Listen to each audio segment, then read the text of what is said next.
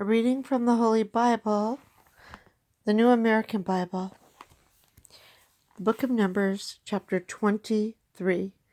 Then Balaam said to Balak, "Build me 7 altars, and prepare 7 bullocks and 7 rams for me here." So he did as Balaam had ordered, offering a bullock and a ram on each altar. And Balak said to him, "I have erected the 7 altars and have offered a bullock and a ram on each." Balaam then said to him, "Stand here by your holocaust while I go over there. Perhaps the Lord will meet me, and then I will tell you whatever he lets me see." He went out on the barren height, and God met him. When he had put an utterance in Balaam's mouth, the Lord said to him, "Go back to Balak and speak accordingly." So he went back to Balak, who was still standing by his holocaust, together with all the princes of Moab. Then Balaam gave voice to his oracle. And there is a note about Aram, the ancient name of the region later known as Syria. The eastern mountains, the low ranges in the Syrian desert near the Euphrates, and Balaam's town of Pethor, Numbers 22:5. Verse 7, Then Balaam gave voice to his oracle. "From Aram has Balak brought me here, Moab's king, from the eastern mountains. Come and lay a curse for me on Jacob. Come and denounce Israel. How can I curse whom God has not cursed? How denounce whom the Lord has not denounced? For from the top of the crags I see him, from the heights I behold him. Here is a people that lives apart and does not reckon itself among the nations. Who has ever counted the dust of Jacob or numbered Israel's wind-borne particles?" The dust of Jacob, a note says, Israel's wind-borne particles. The Israelites will be as numerous as dust in a desert sandstorm. May I, as many as theirs, a formula by which Balaam swears he is speaking the truth. He sees the reward of virtue in having numerous descendants.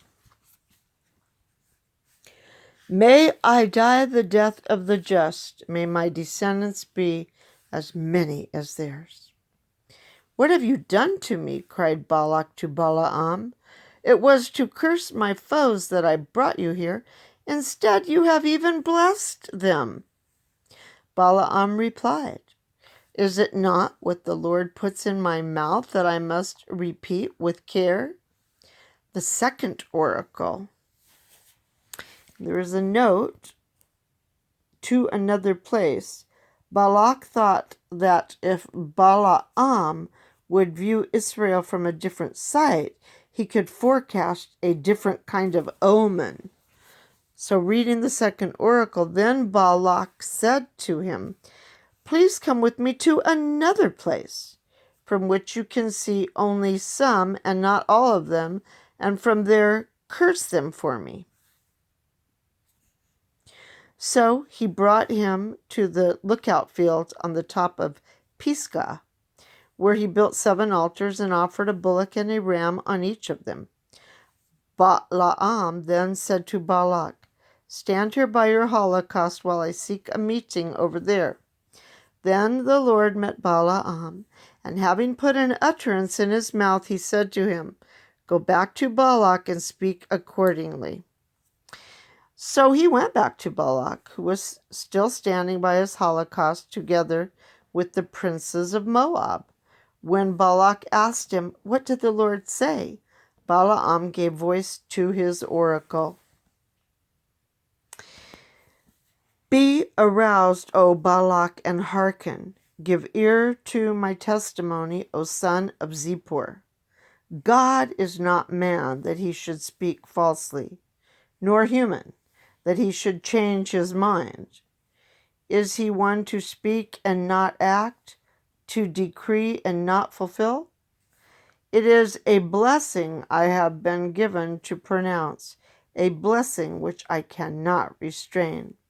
Misfortune is not observed in Yaakov, nor misery seen in Israel.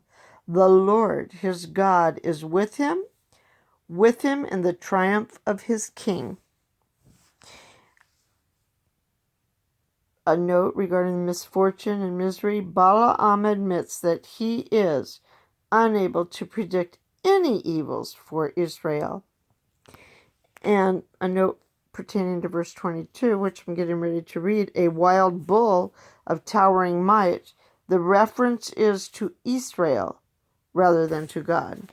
So verse 22, it is God who brought him out of Egypt, a wild bull of towering might. No, there is no sorcery against Jacob, nor omen against Israel. It shall yet be said of Jacob and of Israel, behold what God has wrought. Here is a people that springs up like a lioness and stalks forth like a lion. It rests not till it has devoured its prey and has drunk the blood of the slain. Even though you cannot curse them, said Balak to Balaam, at least do not bless them. But Balaam answered Balak, did I not warn you that I must do all that the Lord tells me? The third oracle. Then Balak said to Balaam, come, let me bring you to another place. Perhaps God will approve of your cursing them for me from there. So he took Balaam to the top of Peor that overlooks Yeshimon. Balaam then said to him, here build me 7 altars, and here prepare for me 7 bullocks and 7 rams. And Balak did as Balaam had ordered, offering a bullock and a ram on each altar. The word of the Lord.